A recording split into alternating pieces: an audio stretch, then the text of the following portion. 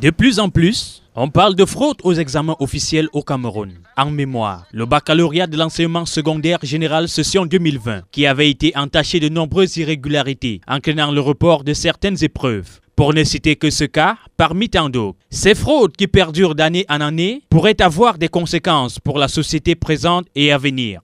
Et le premier impact, c'est ce qu'on appelle l'inhibition de l'effort.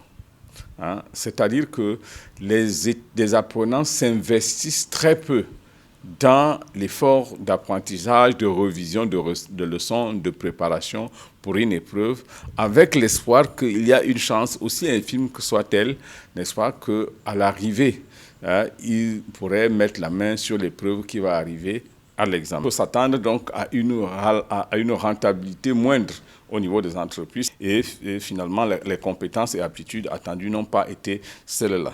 Méconnus des élèves, les sanctions à la fraude peuvent parfois s'avérer très sévères. Pour le psychosociologue, il faut rééduquer la société dans son ensemble pour éradiquer ce phénomène. C'est toute la société dans son ensemble qu'il faut rééduquer. C'est un changement de paradigme en ce qui concerne l'appréciation ou l'appréhension que l'on a des examens par rapport aux enfants. C'est de plus en plus inciter à la moralité, au civisme, au patriotisme, bref, un certain nombre de vertus qui vont faire qu'on va essayer d'éradiquer le phénomène de la tricherie dans son ensemble, en commençant par les parents d'abord, puis en allant au niveau des enfants et plus globalement dans la société tout entière. Les fraudes aux examens officiels traînent avec elles de multiples conséquences, que ce soit pour les individus, les entreprises ou pour le monde économique en général. Et il est plus que jamais urgent d'inciter les Camerounais au civisme et à la moralité.